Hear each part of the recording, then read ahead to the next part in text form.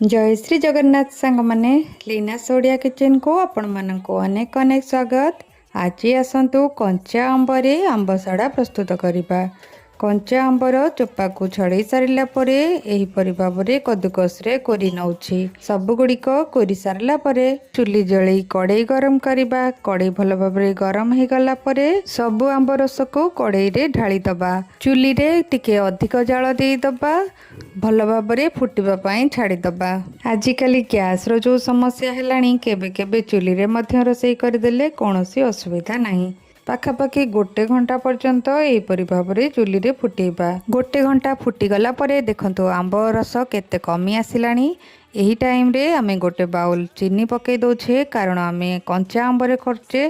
कंचा आंब टिके खट्टा लगे से चीनी पके दबा। चीनी पकेबा समय रे गोटे चमच लूण मध्य पकेइथिली जोटा कि मु कैप्चर करि पारिनी सेति सॉरी। टिके परे टिके आंब सड़ा को गोळौथिबा नहले तळे लागि जिवो। एबे देखंतु आंब रसर सब पानी सुखी आसिलानी। एबे चलंतु दुईटी बड़ साइज रो थाली को आनिबा। सेथिरे 2-3 चमच रिफाइन ऑयल को सारियाडे लगेई दबा। तेल लगेइबा द्वारा आंब सड़ा जेतबळे आमे काढिबा बहुत भल भाबरे बाहरी आसीबो। अल्प किछि जीरा लंका मेथी गुंड को सेथिरे पकेई दबा। भल भाबरे गोळेई नबा। एबे आसंतु आंब रस को थाली रे ढाली दबा। एही परि भाबरे अधिक मोटा करिवेनी कि अधिक पतला करिवेनी। केउ मानंकु आंब सड़ा बहुत भल लगे मते कमेंट रे जणांतु। मते तो बहुत भल लगे।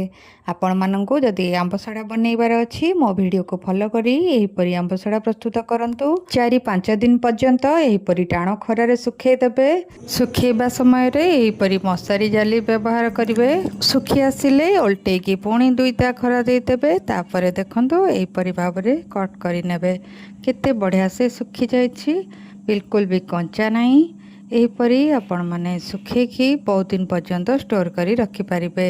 आपण माने चाहिले फूड कलर देई अलगा अलगा कलर मध्य करि पारिबे। आजिर आंब सड़ा वीडियोटी आपण माननकु भल लागिथिले निश्चित भाबरे लाइक कमेंट शेयर करी चैनल को सब्सक्राइब करि दियंतु। पुणी देखा हबो नेक्स्ट वीडियो रे। रहुछि जय श्री जगन्नाथ।